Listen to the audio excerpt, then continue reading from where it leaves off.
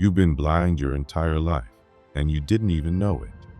Not in the way that keeps you from seeing colors or shapes or reading the words on a screen. No, this blindness runs deeper. It's a kind of blindness that tricks you into believing you're awake while you sleepwalk through someone else's version of reality. From the moment you were born, you were taught how to look, but never how to see. Your senses function, your eyes take in light, but your perception has been filtered through a lens you didn't choose. That lens was handed to you by culture, education, media, religion, and fear. It was polished with rules and reinforced with repetition. And you were told, this is the world. This is how it works. This is truth. But what if the truth was never outside of you at all? What if the clearest vision you could ever have comes not from what you see, but from what you remember deep down beneath the noise? There's a reason ancient civilizations spoke in whispers about a hidden eye, an eye not on your face, but within your mind. They weren't talking in metaphors. They weren't lost in fantasy. They were pointing towards something real, something vital that modern life has buried beneath bright lights and fast images. They called it the third eye, not because it sounds mystical, but because it described a deeper faculty of perception, a way of seeing beyond appearances, beyond illusions, beyond the veil. Science today calls it the pineal gland, a tiny, pinecone-shaped structure nestled in the center of your brain. It regulates your sleep cycles, responds to light, and, according to some researchers, may even produce a compound called DMT, a molecule linked to the most profound altered states of awareness known to humanity. But this isn't about chemistry or mysticism alone. It's about what happens when this part of you wakes up. When your inner vision activates, your entire experience of life begins to shift. You no longer just move through the world, you feel the patterns behind it. You begin to see not just with your eyes, but with something deeper. Something that was always there, but dulled by distraction. The system you were raised in never wanted you to see clearly. That's not a dramatic statement. It's simply how control works. When people see too clearly, they start to question. And when people question, they stop obeying. So instead of teaching you how to tune inward, society trained you to look outward, to search for answers in textbooks, experts, and algorithms, to memorize instead of explore, to follow instead of feel. And layer by layer, your natural clarity was covered until you forgot it was ever there. The third eye doesn't close all at once. It dulls gradually, like a signal buried under static. It starts in childhood. Bright lights, flashing screens, loud noises, fast cartoons, everything designed to overstimulate your senses and undernourish your soul. You were taught to stay busy, to seek constant input, to never sit still. Quiet time became boring. Imagination was dismissed. Daydreaming was punished. And every time your curiosity was met with a sigh or a correction, the signal of your inner vision got a little weaker. Then came school, the perfect machine for shaping minds. Not to expand awareness, but to standardize it. You were told what's real and what's not, what's true and what's false. You were rewarded for obedience and punished for doubt. You were graded not on wisdom, but on how well you absorbed someone else's version of the world.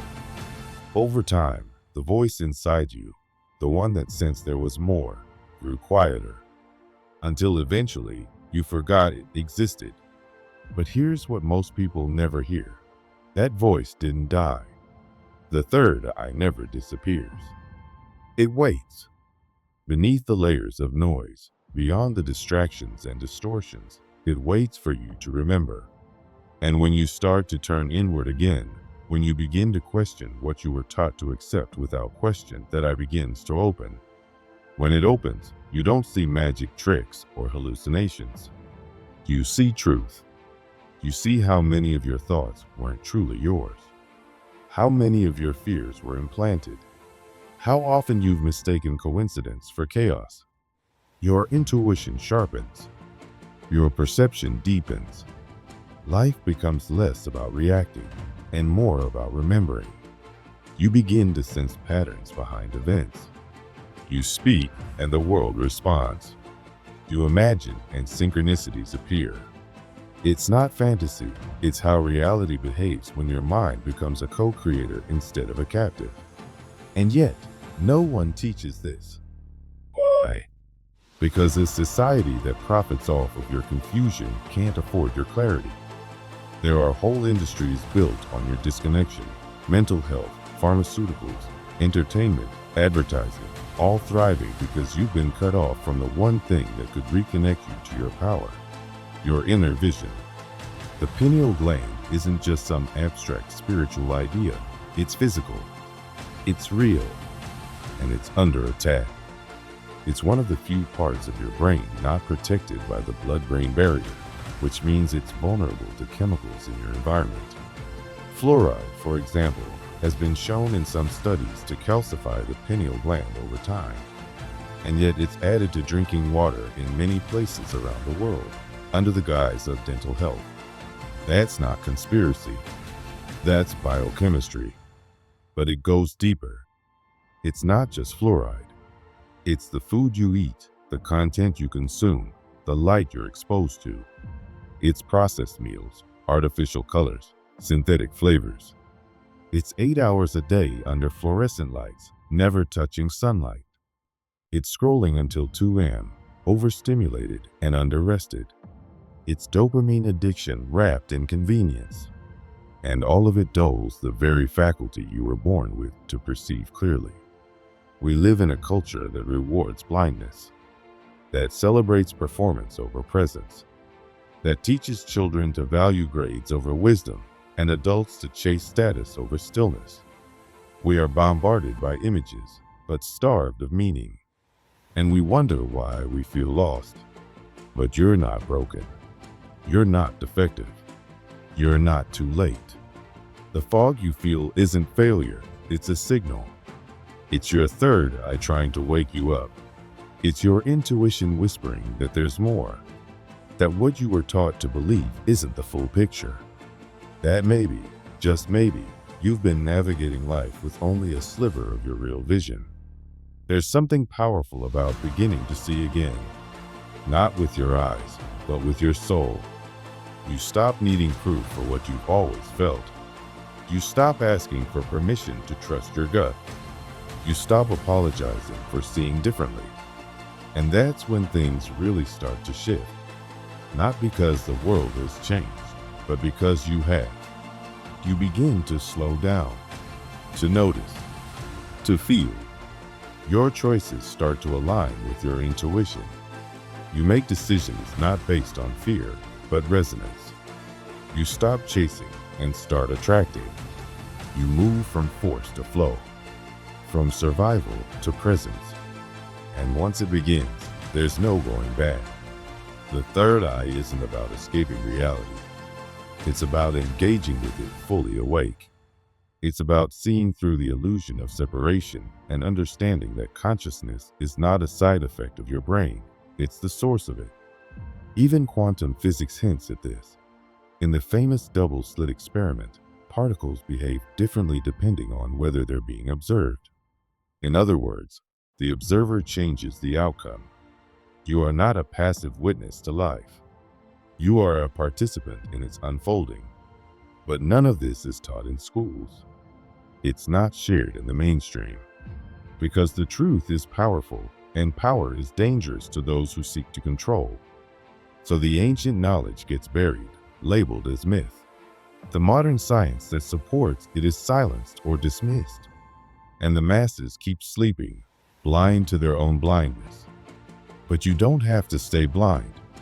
You can begin to remember. You can choose to question. You can feel the pull to wake up and follow it, even if no one around you understands why. And when you do, when that third eye begins to stir, you'll see what was hidden in plain sight all along. You were never meant to conform. You were never meant to blindly accept. You were born to see. This is the beginning of a deeper awareness. a reconnection to something ancient and real, something that's been waiting patiently for you to notice. This is not the end of your journey, it's the threshold. And once you cross it, everything changes. Read this slowly. Let it hit, because what you're about to feel isn't a theory or a poetic idea. It's science shaking hands with ancient truth. It's the ground beneath our worldview starting to tremble. We've spent centuries convinced that the universe is indifferent, mechanical, and lifeless at its core, that objects behave the same way whether or not you're looking. But here's the crack in the illusion: they don't. In the strange world of quantum physics, just observing something changes it. No interference, no manipulation. Just the simple act of watching shifts the outcome. And that shouldn't be possible. Not if the universe really operates independently of our minds. Not if the materialist model we've been spoon-fed is correct. But it is happening. And it's not a one-off. It's been tested, peer-reviewed, and repeated. Think about that. If your attention, your awareness, can influence the behavior of particles, then consciousness isn't just tagging along for the ride. It's steering the ship. It means that the mind is not some isolated byproduct of brain chemistry trapped in the skull. It's a force, a shaper, a participator in the very fabric of what we call reality. The implications of this are seismic. It suggests that the world you walk through every day isn't fixed and final. It's fluid, responsive, and most importantly, alive to your perception. What you focus on begins to grow. What you ignore starts to decay. Your attention isn't passive, it's generative. You're not just seeing the world, you're editing it, tuning it, like a cosmic radio dial locked into frequencies that match your beliefs, your emotions, your expectations. This isn't delusion. This is quantum coherence. This is resonance. And the deeper science digs, the more it finds the fingerprints of awareness in places it doesn't belong, unless consciousness is far more fundamental than we ever imagined. Now enter minds like Roger Penrose and Stuart Hameroff. Their theory, orchestrated objective reduction, or might sound complex, but its essence is simple. Consciousness doesn't emerge from neurons firing like computer code. It arises from quantum activity inside tiny structures in your brain called microtubules. In other words, your mind might be entangled, literally entangled, with the very quantum field that underlies reality. This isn't a metaphor. This is physics pointing to the possibility that your awareness is woven into the very structure of the cosmos. This lines up eerily with what ancient traditions have whispered for millennia. Yogic teachings, for example, speak of chakras, energy centers in the body, each corresponding to levels of perception, emotion, and consciousness. The Ajna chakra, the third eye, is the gateway to inner vision, intuition, the realm beyond ordinary sight. Without any scientific instruments, ancient mystics described the same layers of perception that quantum physicists are only now beginning to explore. They said what you see with your eyes is only a fraction of what's real. That awakening true perception means piercing the veil. And here's where it gets even stranger. The pineal gland, the tiny structure nestled deep in the brain, long written off by mainstream biology as vestigial, is packed with photoreceptor cells. It responds to light. And maybe, just maybe, not just the physical light we see with our eyes. It may be capable of processing subtle information, of tuning into energetic frequencies beyond our visible spectrum. What if it's not some useless relic, but an antenna, a biological third eye, a bridge between the physical and the energetic, the local and the non-local? This possibility isn't just threatening to the scientific establishment, it's inconvenient for every institution built on the idea that reality is fixed, objective, and out of your hands. If the pineal gland is a gateway, if consciousness is a quantum force, then the entire script we've been handed about what it means to be human begins to fall apart. And that's uncomfortable. Because if it's true, it means we are infinitely more powerful than we've been led to believe. Rupert Sheldrake added fuel to this fire with his theory of morphic resonance. He proposed that living systems inherit not just genetic blueprints, but behavioral and informational patterns from a kind of non-physical field, a memory field, a morphic field. At first glance, it sounds outlandish, until you realize that mystics from every tradition have described something strikingly similar. The Akashic Records, the field of all knowledge, the idea that there's a subtle realm where information lives beyond space and time, and that we, somehow, are always plugged in. These aren't just speculative ideas anymore. They're cracks in the armor of a worldview that's grown stale and narrow. They're the signs that science and spirituality, long cast as opposites, are circling back to the same center. And right at the heart of that convergence is the mystery of consciousness. Your consciousness, not as some ghostly side effect of biology, but as a fundamental aspect of how reality unfolds. Here's where it gets personal. Most people walk through life believing that what they see is the truth, that their reality is the reality. But perception is a filter, not a window. Your brain is bombarded with billions of bits of data every second: colors, sounds, electromagnetic fields, emotional cues. And almost all of it is filtered out. Why? Because your mind isn't built to show you the world as it is. It shows you the world that aligns with what you already believe. Your conditioning, your programming, your emotional blueprint. And what's at the core of that filter? The third eye. When it's shut or sluggish, your perception is shallow. You react. You survive. You miss the subtle patterns, the hidden language of the universe speaking through synchronicity, symbolism, energy. But when it begins to awaken, you start to see. Not just with your eyes, but with your awareness. You notice the flow behind events.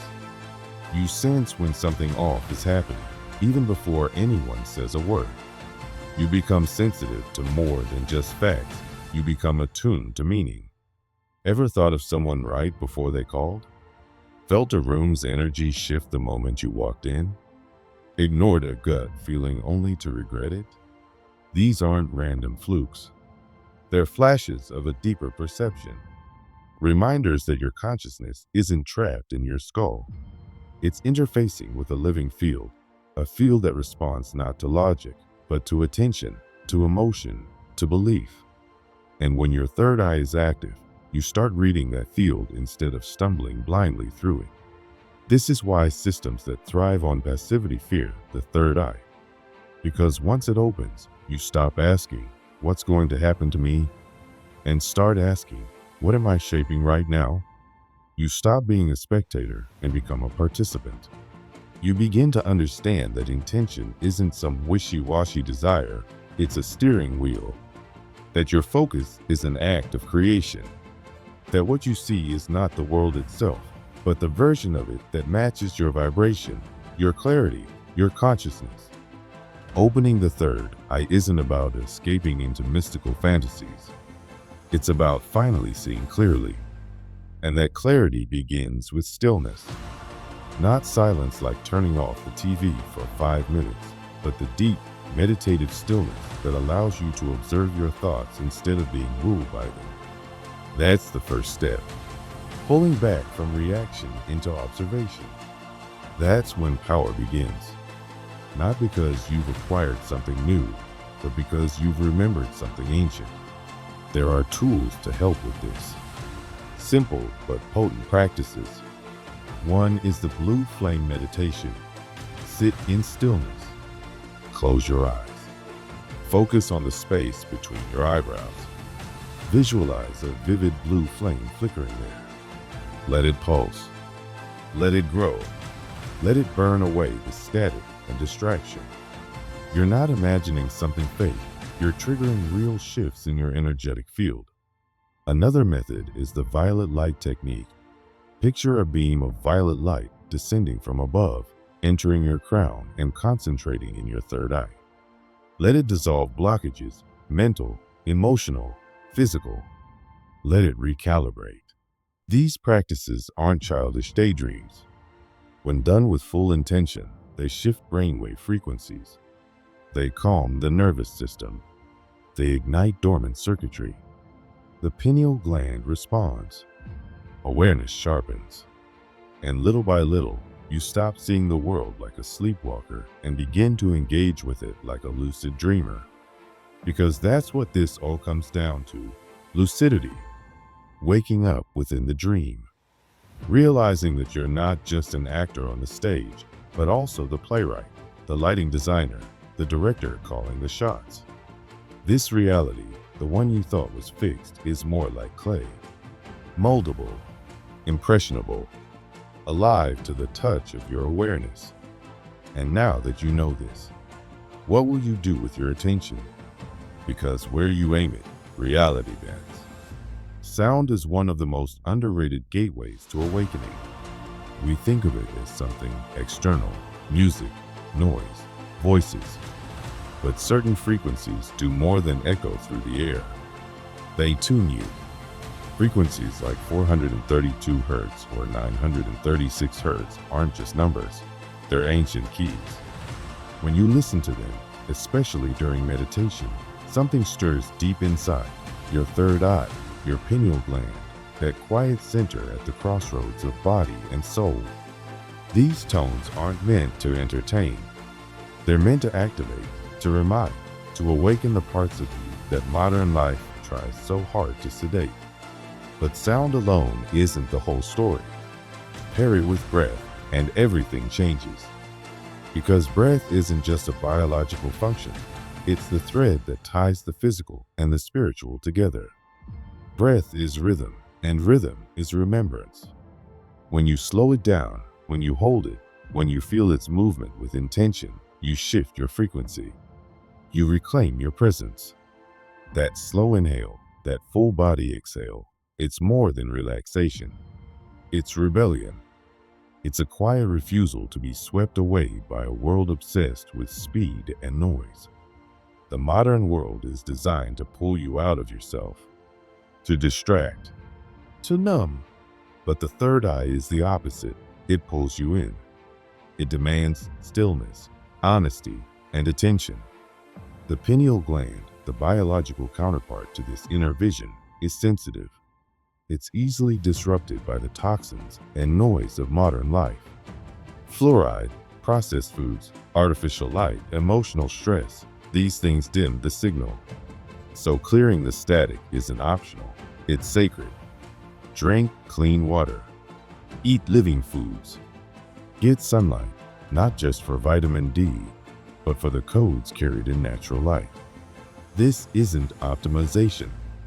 It's purification. It's removing the layers of distortion so your clarity can come through. You're not hacking your biology, you're honoring it. One of the most overlooked spiritual tools isn't esoteric or expensive. It's a pen and paper. Journaling, not about what you did today, but what you noticed. A moment of intuitive knowing. A dream that carried weight. A coincidence too specific to be coincidence. These are the breadcrumbs, and the more you write them down, the more they appear. Why? Because your attention is the invitation. Awareness opens doors. Your mind begins to tune itself gradually to what it used to dismiss. What once felt random begins to form patterns. You start to remember that you were always connected. It's just that no one taught you how to listen. Opening the third eye isn't some wild explosion of light and angels and cosmic fireworks. It's slower than that. Quieter, but more real than anything you've ever felt. It's like waking up in a room you didn't even realize you'd fallen asleep in. At first, everything feels a little off. Time bends. People say one thing, and you feel another. Conversations seem layered with meaning. You notice the energy behind words. You sense the unsaid. You walk into a room and feel tension before a word is spoken. It's subtle, but unmistakable. And that's the thing. You don't become special. You become present. You don't suddenly possess supernatural powers. You just stop being numb. Presence is the power. That's what no one tells you. You stop reacting. You start observing. You create space between stimulus and response. You're not just living, you're witnessing yourself live. There's an awareness in you now that sees how often you were operating on autopilot. How often your feelings weren't even yours. How much of your life was absorbed, not chosen. But awakening doesn't come without its cost. As the light turns on, shadows get exposed. This is the part most people don't want. When the third eye opens, you don't just see the world more clearly, you see yourself. The habits, the wounds, the stories you've outgrown, the masks you've been wearing, the beliefs that never belonged to you in the first place. They all rise to the surface. This is the real initiation, not into some mystical world, but into radical self-honesty. Some resist. They want the insight without the upheaval. But it doesn't work like that. You can't hold clarity while clinging to distortion. The third eye demands alignment. And that alignment starts with embodiment. You have to stay rooted in your body, in your life, in your breath. Walk barefoot. Eat real food. Talk to trees if you need to. Hug people longer. Because if you don't ground, the clarity can become overwhelming. You can float away. Vision without grounding isn't enlightenment, it's escapism. As your perception sharpens, your intuition becomes louder. Not louder in volume, but in certainty. You just know things. You don't know how, but you do. And the more you trust it, the more it guides you. You stop needing logic to give you permission. Your body becomes the compass. You feel energy before words are spoken. You read the room. You recognize dishonesty even when it's cloaked in a smile. You walk away from things without needing a reason. And somehow, it's always the right choice. Decisions become easier, not because life gets simple, but because you're no longer torn between what your gut feels and what your mind tries to rationalize. The internal conflict quiets. The signal is cleaner. The noise fades. And in that silence, synchronicity speaks. You think of someone, they reach out. You ask a question, and the answer appears in a book, a song, a conversation. The universe, once random and chaotic, begins to reveal its intelligence. Not perfection, but precision. Everything is speaking. And now you understand the language. Your dreams shift too. They gain texture, meaning, weight. You wake up remembering fragments that feel like guttings. You can't always explain them, but you know they matter. Some people find a surge in creativity. Art flows. Words pour out. Ideas arrive fully formed. Others notice that relationships begin to change. Not necessarily because others shift, but because you have. And when you see clearly, you stop pretending. You stop tolerating what doesn't align.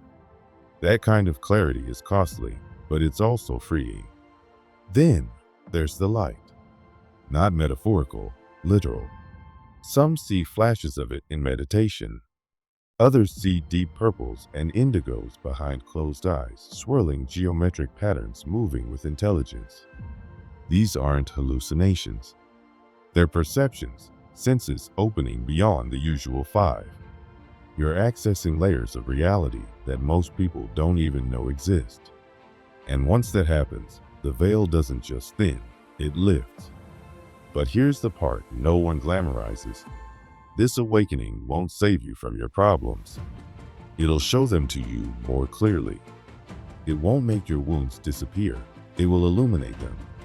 You'll see your patterns, your projections, the way you abandon yourself, the places you've been hiding from, The third eye doesn't free you from the work, it is the work. Some people try to bypass this. They want light without shadow, gifts without discipline, insight without transformation. But clarity demands responsibility.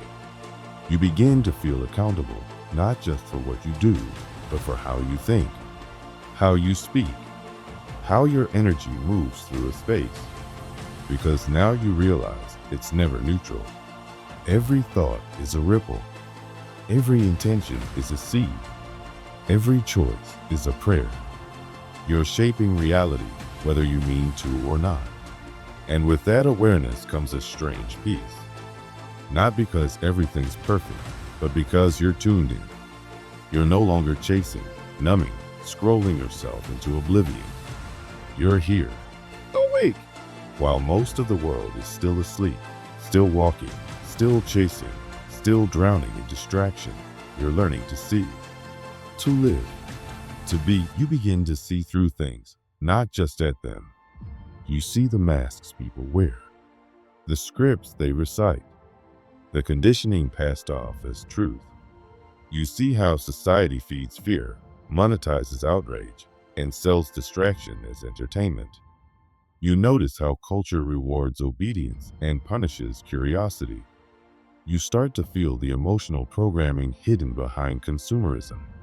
You recognize how people are trained to express identity through brands, to soothe emptiness with spending, to define worth through accumulation. It's not personal, it's systemic. And once you see it, you can't unsee it.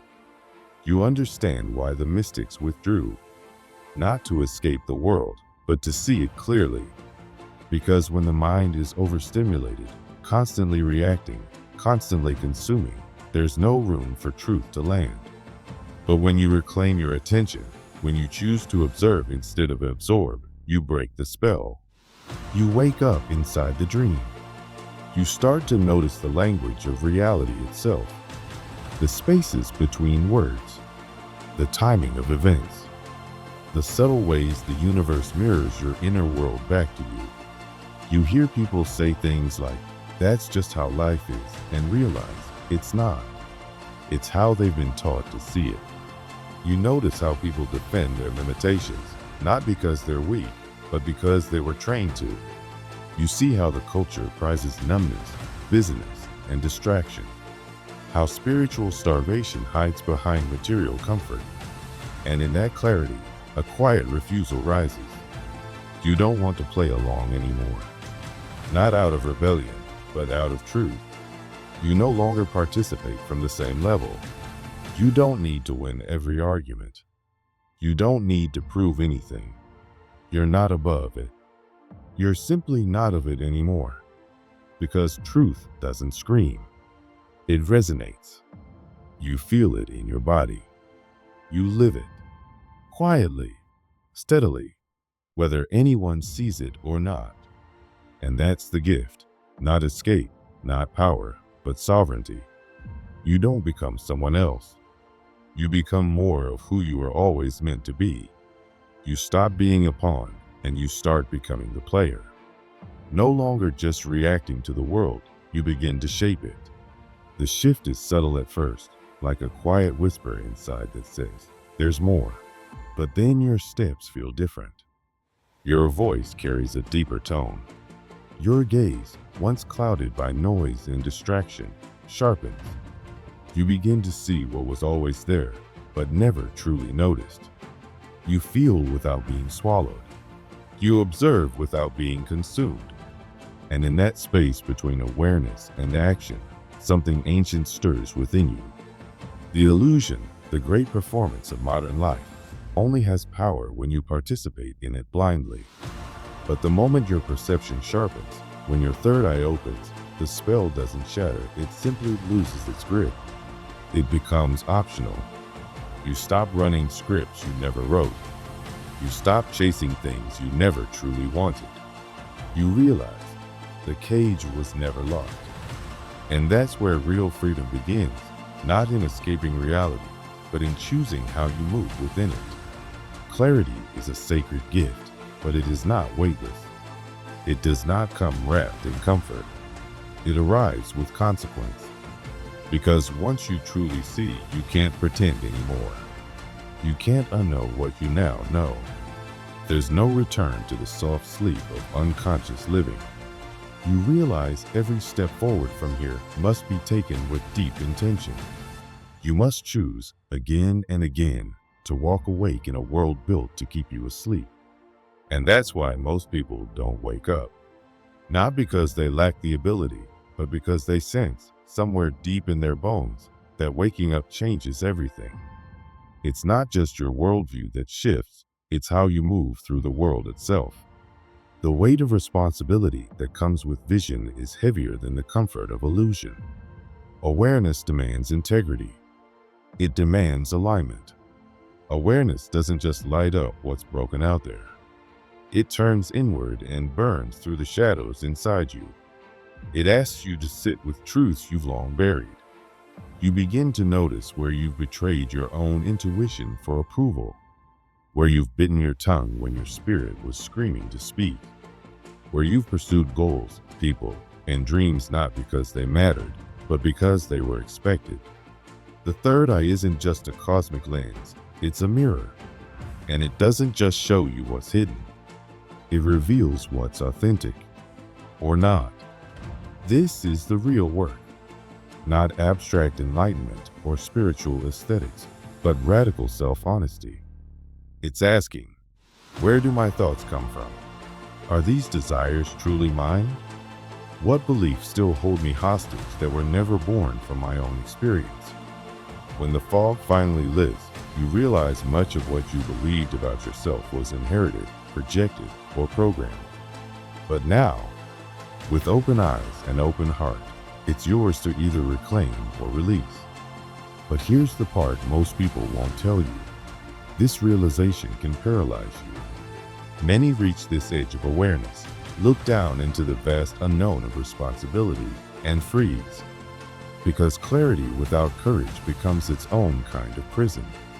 You know too much to go back, but you haven't yet stepped into the version of you that's brave enough to walk forward. And that's why awakening can't just stop at awareness. It has to move. It has to breathe. You have to act. You must speak, choose, move differently. You must be willing to stand in the discomfort of not fitting in. You must risk being misunderstood. You must let go of who you were, not because that version of you was wrong, but because they were incomplete. You are not here to conform to systems that dilute your essence. You are here to create from truth. And yes, it might be lonely at first.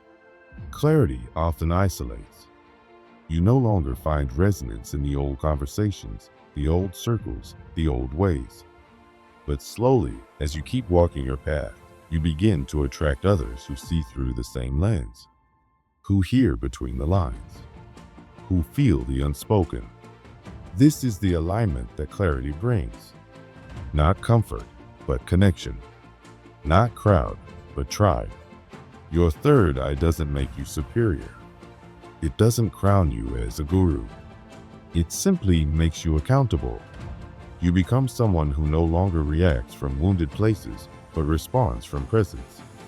Someone who no longer seeks signs outside of themselves, but honors the inner signal. You become someone who no longer needs external validation because your alignment is your compass now. This is the quiet revolution. It's not loud or performative. It's subtle, steady, seismic. It's the person choosing truth over convenience again and again. It's the woman leaving the toxic relationship, not because she's angry, but because she finally remembers her worth. It's the man walking away from the career that drained his soul to build something rooted in presence. It's the artist creating from inner knowing, not market trends. The teacher unlearning. The seeker remembering. The revolution begins with one person thinking for themselves. One person unplugging from the noise. One person refusing to feed systems that steal their energy. And when that one becomes many, when clarity becomes contagious, systems don't collapse because we tear them down. They collapse because we stop believing in them, because we stop needing them. You can already feel it in the undercurrent of conversations that go deeper, in communities that prioritize presence over performance, in people who no longer need to raise their voice to make their truth heard. Awareness doesn't have to be loud. It just has to be real. If this message resonates with you, know this: you're not alone. And you're not crazy. You're awakening. Slowly, steadily, powerfully. At Insights Academy, we go deeper than what's safe to post here. The real conversations live in the newsletter. That's where we dive into the raw, the real, the revolutionary. And yes, you'll get your free copy of the Keban, but only for a limited time. Because this journey doesn't wait. You have more power than you've been told, more clarity than you've been taught to trust, and yes, more responsibility than you may feel ready for. But that's the gift. Vision doesn't protect you, it liberates you. Once your eyes are open, the only direction left is forward. You were never broken, never disconnected, never lacking. You were just buried beneath stories that weren't yours. From the moment you were born, the world gave you a script. Names, goals, expectations. They trained your eyes outward, toward screens, toward validation, toward applause. And in all that noise, you forgot how to listen to the quiet wisdom within. But now, you're remembering. Not all at once, but in pieces. In dreams that won't let go. In thoughts that don't make logical sense, but feel true. In the ache for something real. That ache? That's your return. Not to some mystical realm, but to yourself. Awakening isn't a one-time spark. It's a lifelong flame. It's the steady reorientation from distraction to presence. From doing to being. From surviving to seeing. And once you see, really see, you understand why you can't go back. Not because life is suddenly easy, but because illusion no longer satisfies. You begin to notice the subtle things. The way your body speaks before your mouth does. The way silence often holds more truth than sound. The way something in you, deeper than thought, just knows. These aren't new abilities. They've always been there. You were just too distracted to notice. Now you do.